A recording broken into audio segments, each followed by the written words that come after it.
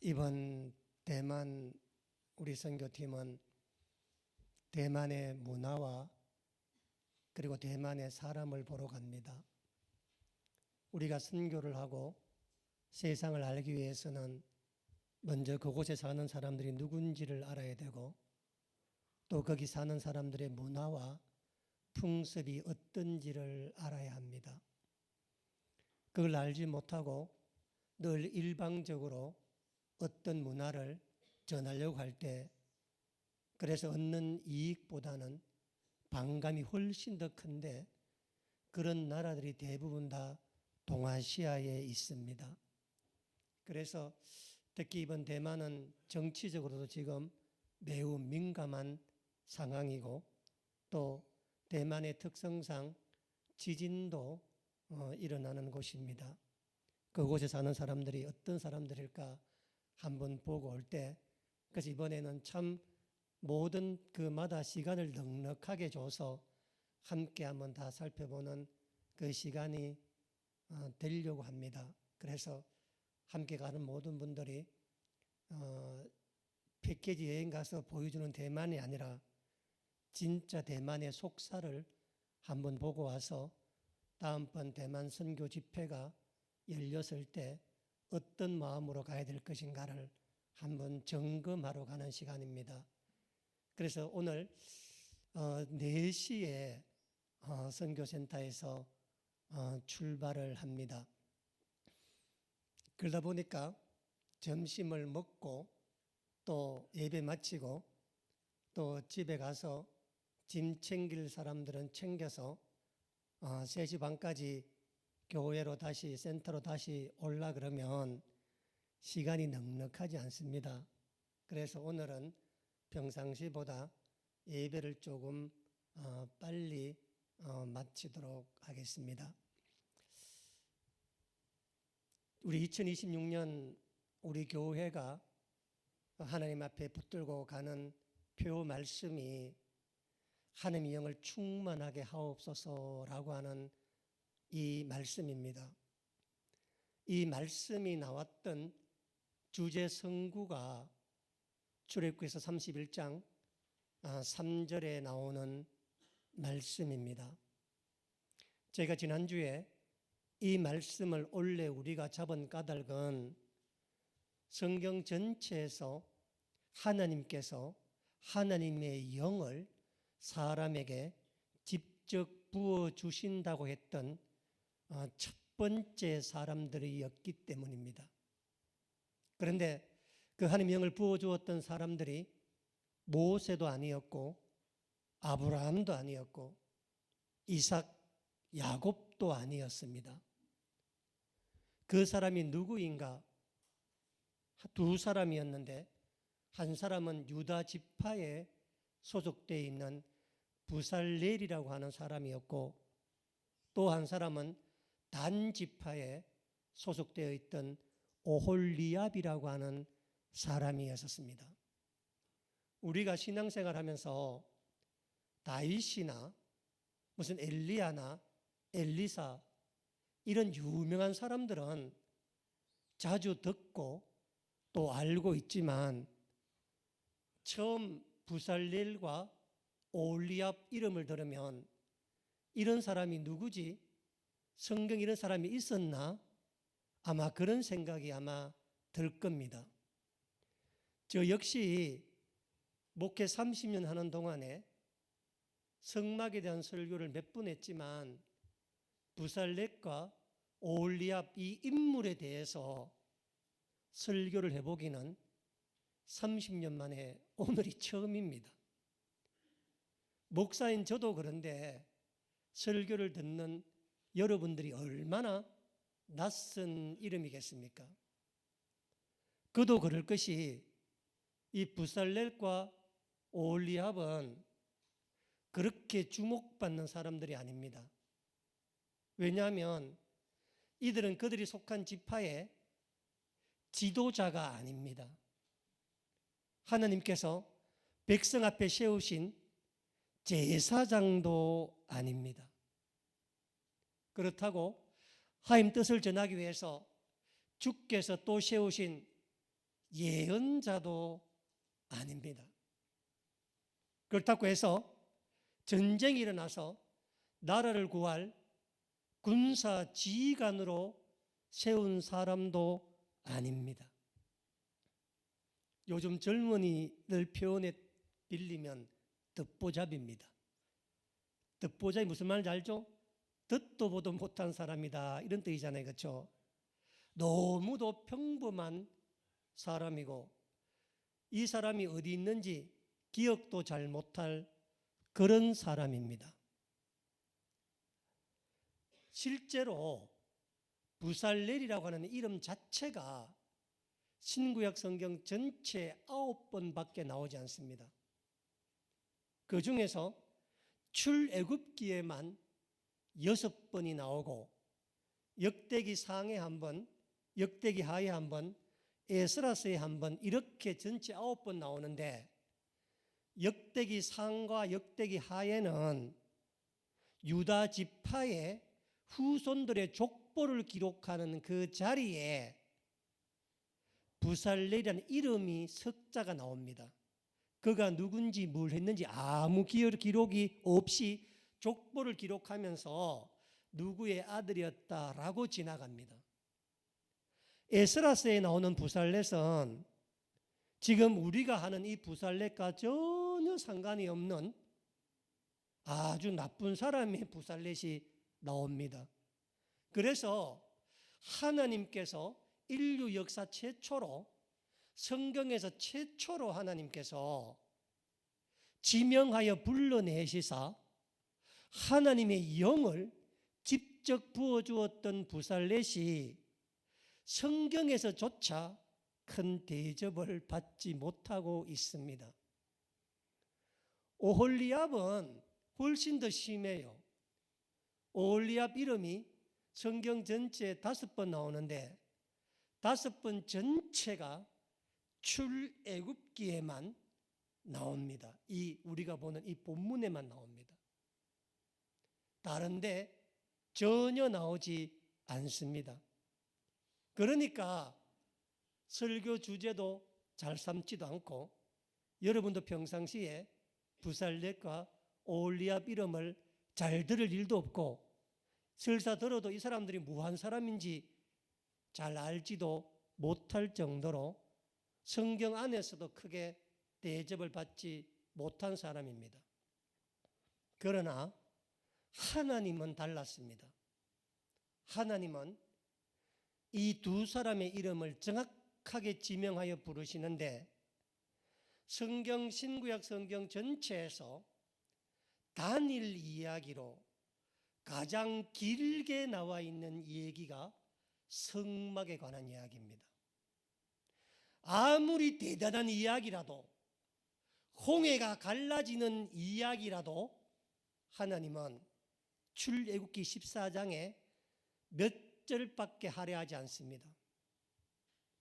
이삭이 모리아 산에서 번제 드리는 것도 창세기 22장을 다 채우지 않습니다. 다른 얘기가 밑에 붙어 있습니다.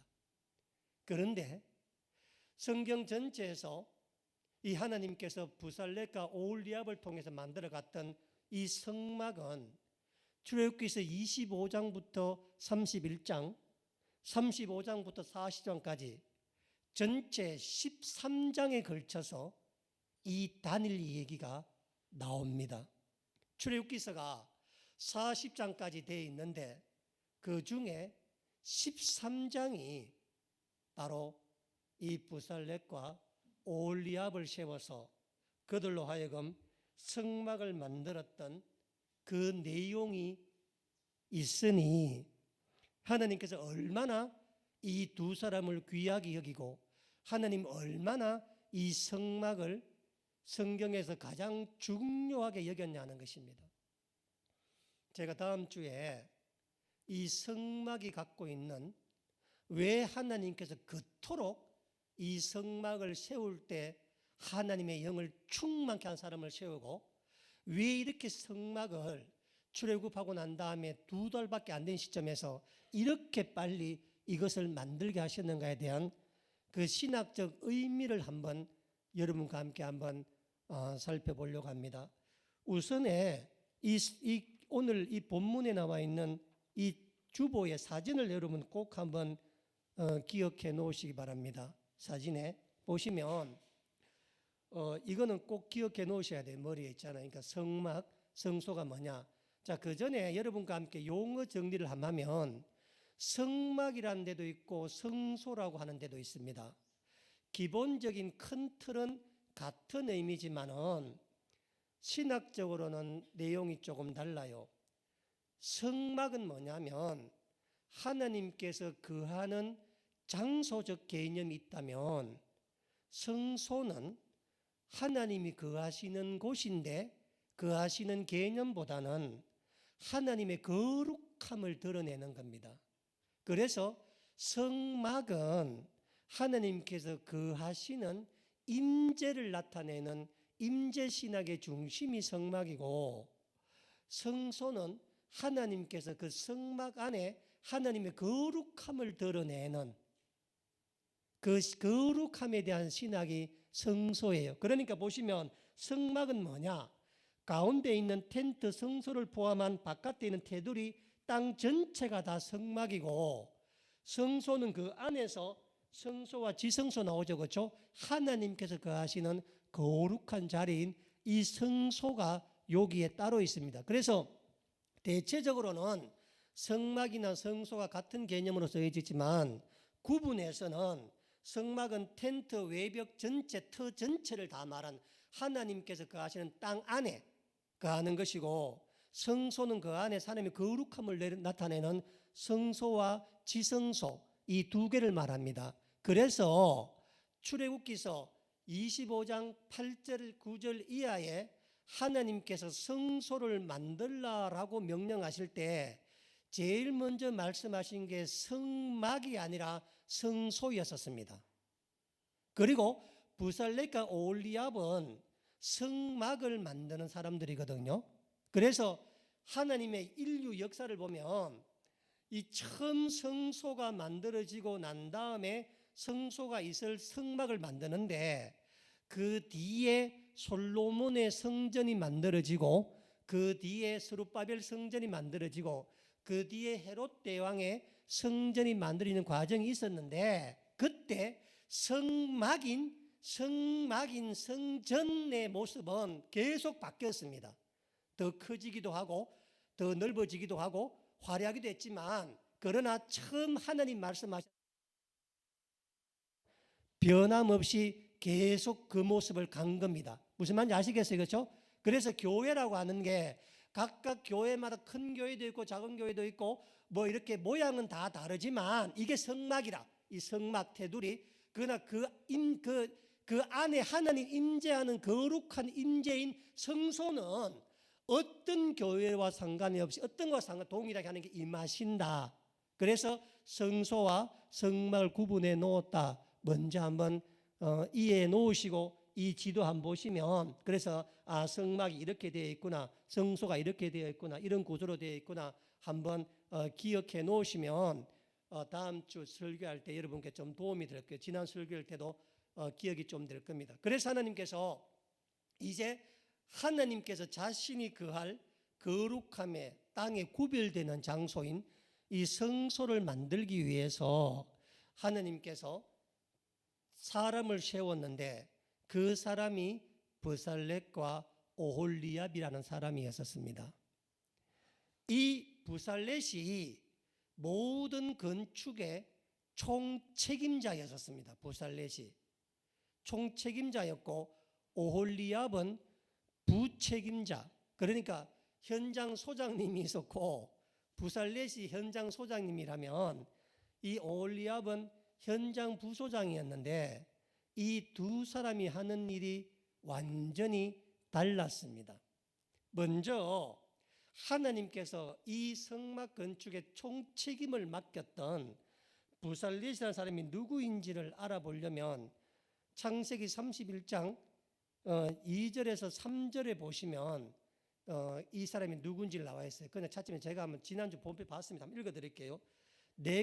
하나님이 내가 유다 지파 훌의 손자요 우리의 아들인 부살렛을 지명하여 부르고 하나님의 영을 그에게 충만하게 하여 지혜와 총명과 지식을 제주로 하시면서 이 부살렛에게는 우리식으로 말하면 말이죠, 그렇죠? 이 성전 건축을 말하면 성전 건축의 뼈대를 완성한 사람이 부살렛입니다. 금과 은과 동과 그리고 나무와 이런 걸 통해서 성전 안에 있는 이 콘크리트로 뼈를 만들고 이 기구를 만들고 그 전체적인 이걸 다 만든 사람이 부살렛인데, 이 부살렛이 누구였냐면 유다 지파였다고 말하잖아요, 그렇죠? 그 중에서 누구의 손자라 그래요? 훌의 손자라고 말합니다. 훌의 손자. 그런데 이 훌이 누구인가? 이 훌이 여러분이 잘 아는 출애굽기 17장에 이스라엘 백성들이 출애굽하고 난 다음에 첫 번째 맞았던 전쟁이 아말렉과의 전쟁이잖아요, 그렇죠? 그 아말렉과의 전쟁은 산 위와 산 아래, 전쟁하는 자리와 기도하는 자리가 달라져 있었습니다. 그래서 여호수아가 군대를 모집해서 산 아래 전쟁을 베풀 때 모세는 산 위에 올라가 하나님께 기도를 했는데, 이 전쟁이 여호수아의 힘에 이루어진 것이 아니라 모세가 지쳐 손이 내려지면은 이스라엘 백성들이 밀려서 전쟁에 지는 모습을 보이고, 이 모세가 손을 올리면은 이게 전쟁에 이기는 그런 아주 특별한 전쟁이었습니다. 그런데 여러분들도 손 들고 몇 분 있을 것 같아요? 한번 있어 보세요. 손 들고. 그날 그 전쟁이 해질 때까지 있었습니다. 해질 때까지. 모세는 팔이 떨어져 나가도 손을 못 내려. 왜냐하면 손을 내리면 백성이 죽는 거야. 밀리는 거니까. 그래서 손을 드는데 여러분들 이게 한 10분 들 수 있을 것 같아요. 못 들어요. 그래서 그때 그 모세의 모습을 바라보면서 그때 두 사람이 산 위에 쫓아 올라가는데, 자원하는 두 사람이 쫓아 올라가는데, 누구든 다 봤을 거 아닙니까? 모세의 손이 힘든 거 안 올라간 둘이가 쫓아 올라간 한 사람이 아론이었고 또 한 사람 누구였다고요? 훌이었었습니다. 그 훌이 바로 부살렛의 할아버지입니다. 그 훌이. 그래서 훌은 그 첫 번째 전쟁에서 모세의 손을 붙드는 데 쓰였다 그러면, 하나님은 그의 손자인 부살렛의 손을 붙들어 사용하신 것입니다. 그래서 신학적으로 부살렛이 매우 중요한 게 뭐냐면, 첫 번째 하나님의 영을 충만하게 받았던 영역이 하나님의 말씀을 전하는 입이 아니었고, 백성과 싸우는 전쟁에 임하는 칼이 아니 어디 임했다는 거예요? 하나님께서 명하신 그 일을 하도록 사람 손에 임했다는 겁니다. 그러니까 부살렛과 올리압은 그 손에 하나님의 영이 임한 거라. 왜냐하면 훌이 그 손으로 뭘 바친 거라? 모세의 손을 함께 붙들어 전쟁에 승리해서 하나님께서 그 훌의 손자였던 부살렛의 손을 주께서 기름 부어서 주께서 붙들어 주셔서 이 일을 하게끔 만드신 것입니다. 그리고 유대교 경전인 미드라시가 있습니다. 유대교 경전. 그 미드라시의 랍비 해설서가 탈무드인데, 이 유대교 경전인 미드라스와 랍비 그 탈무드에 보면은 물론 우리 기독교 전성도 100% 동일하게 인정합니다. 뭐냐면 이 훌이 누구이냐? 훌은 바로 모세와 아론의 누이였던 미리암의 남편이다. 이게 우리 교회가 받아들이는 정설입니다. 그래서 이 부살렛은 그 개인적으로 보면은 모세의 조카가 되는 사람입니다. 모세의 조카가. 그래서 이제 조카인데, 그러니까 친조카가 아니고 뭐죠? 이제 그 조카가 되는 사람이죠, 그렇죠? 그래서 그렇게 해서 하나님께서 이 집안에 기도하는 사람, 하나님께서 말씀을 보고 백성이 넘어질 때 쫓아 올라가서 모세 손을 붙들었던 사람, 이런 사명을 가진 집안에서 이 부살렛을 구별하여 세워서 그의 손에 기름 부음 받게 해서 성막 건축의 총책임자를 맡기셨습니다. 그럼 오홀리압은 누구였느냐? 오홀리압은 설명이 다른 곳에 없고 그의 내력도 없습니다. 단 지파 사람이었는데 오홀리압은 뭘 하는 사람이었느냐? 지금으로 말하면 인테리어 하는 사람입니다.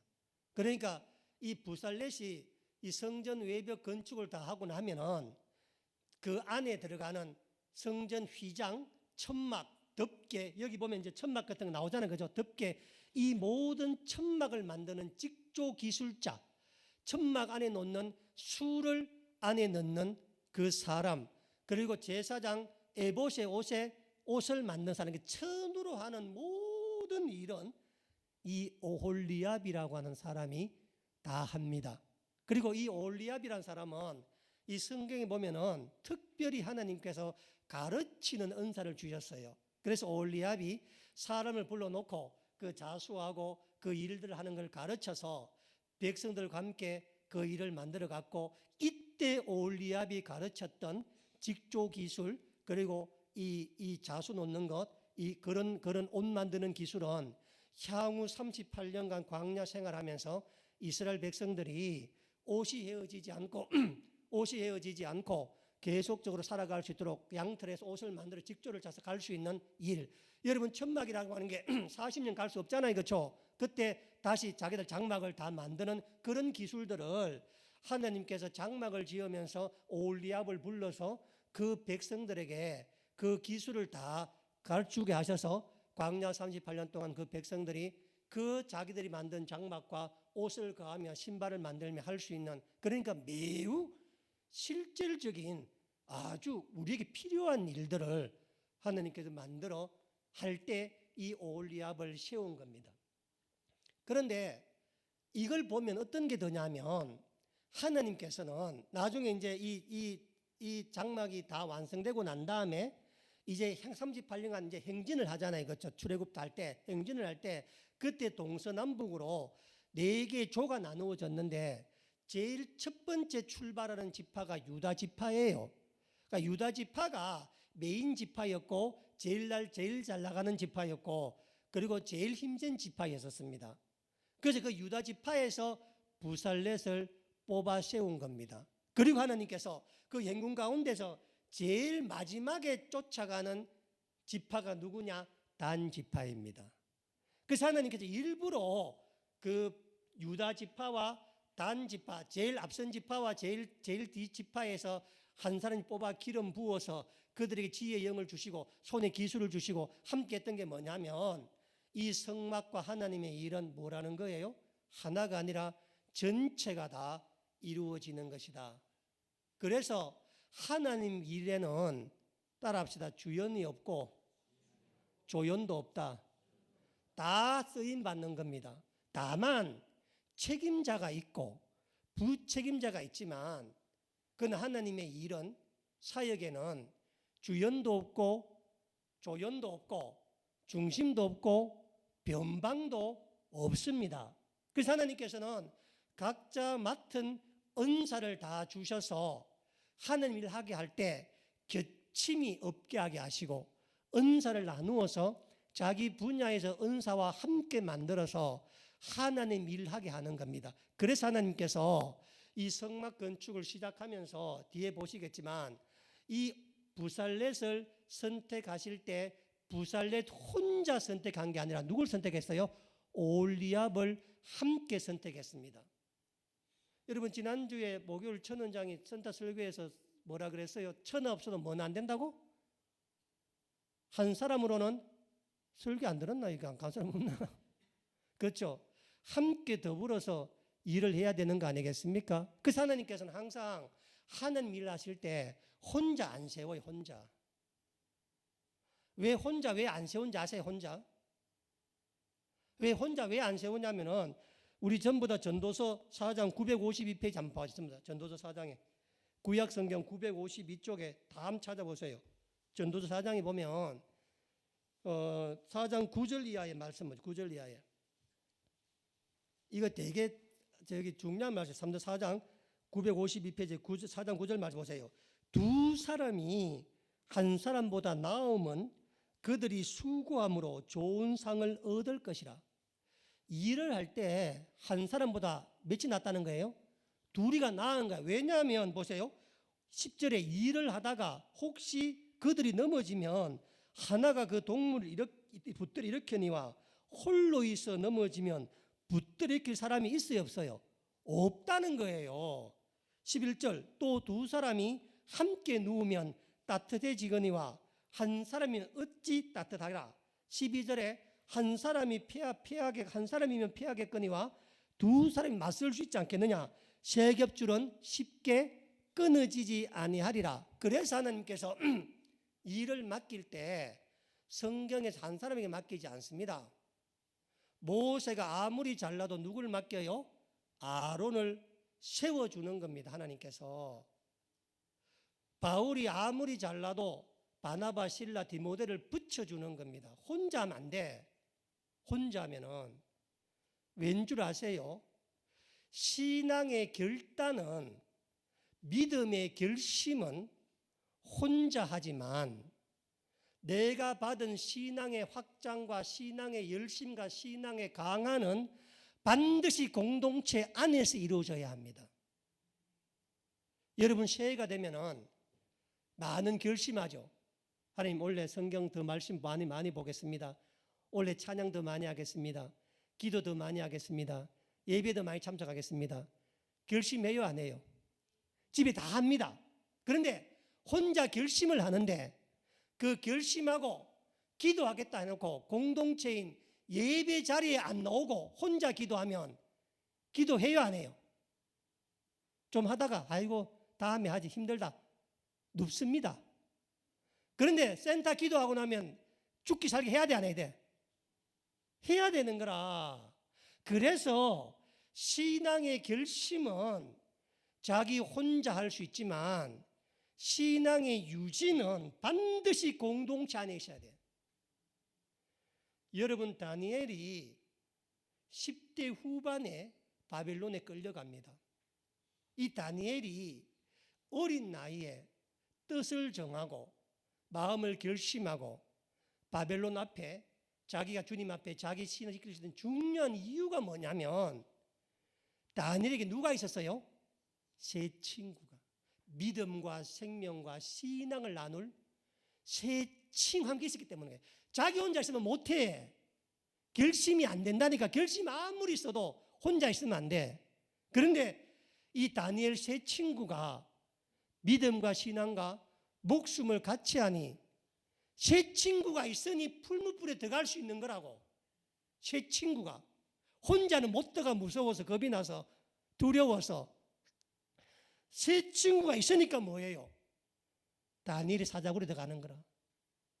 빌립보 감옥에서 사도 바울이 혼자 있으면 찬양 못 불러, 못 적어서. 누가 있어야 돼? 신라 있으니까 부르는 거라.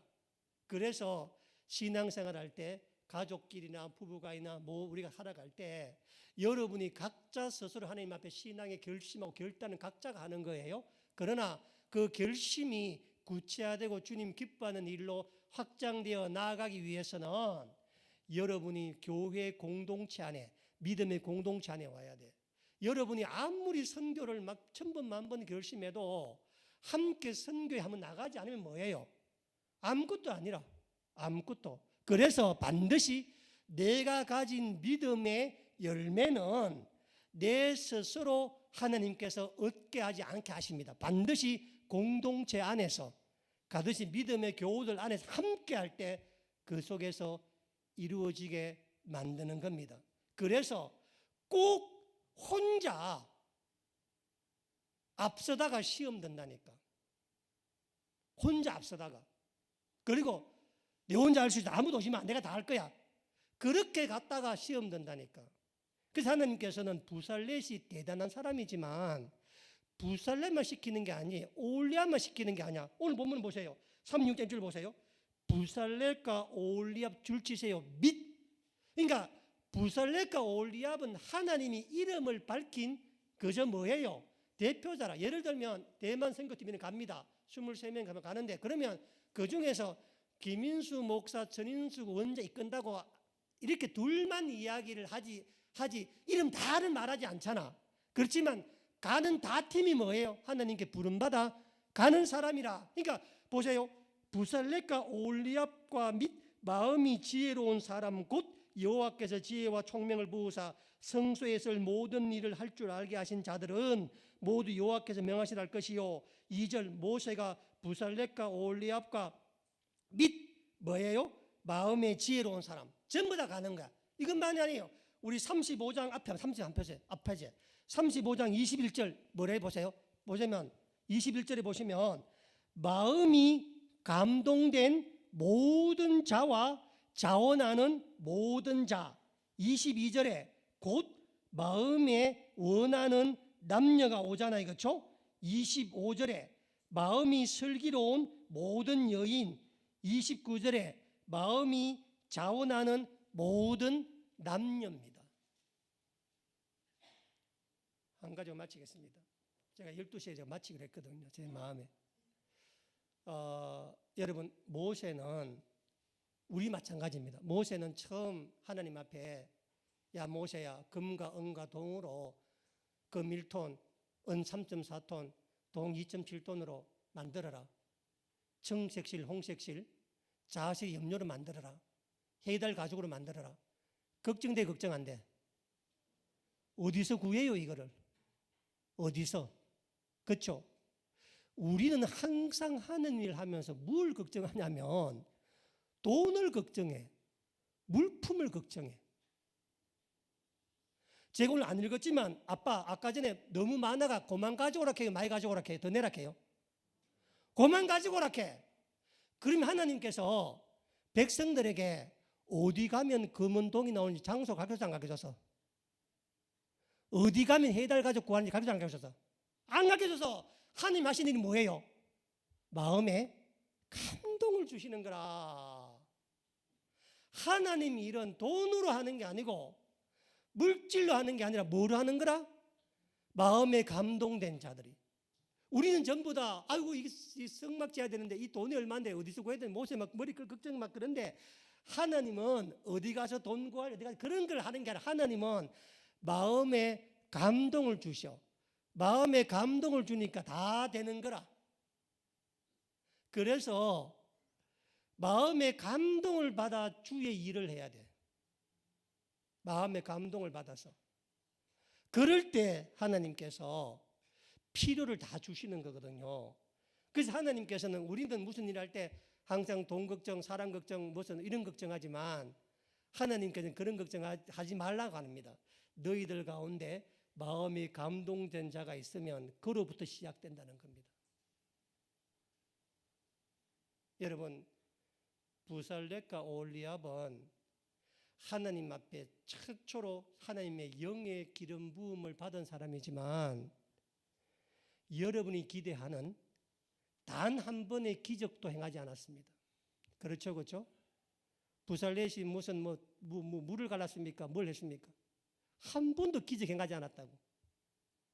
이 부살렛 오홀리압이 한 번도 설교하지 않았다고. 한 번도. 그런데 하나님의 영에 충만한 이 두 사람이 만들었던 이 성막 위에 뭐가 임해요? 하나님의 구름 기둥과 불 기둥이 임하니 그보다 더 큰 기적이 있어 없어?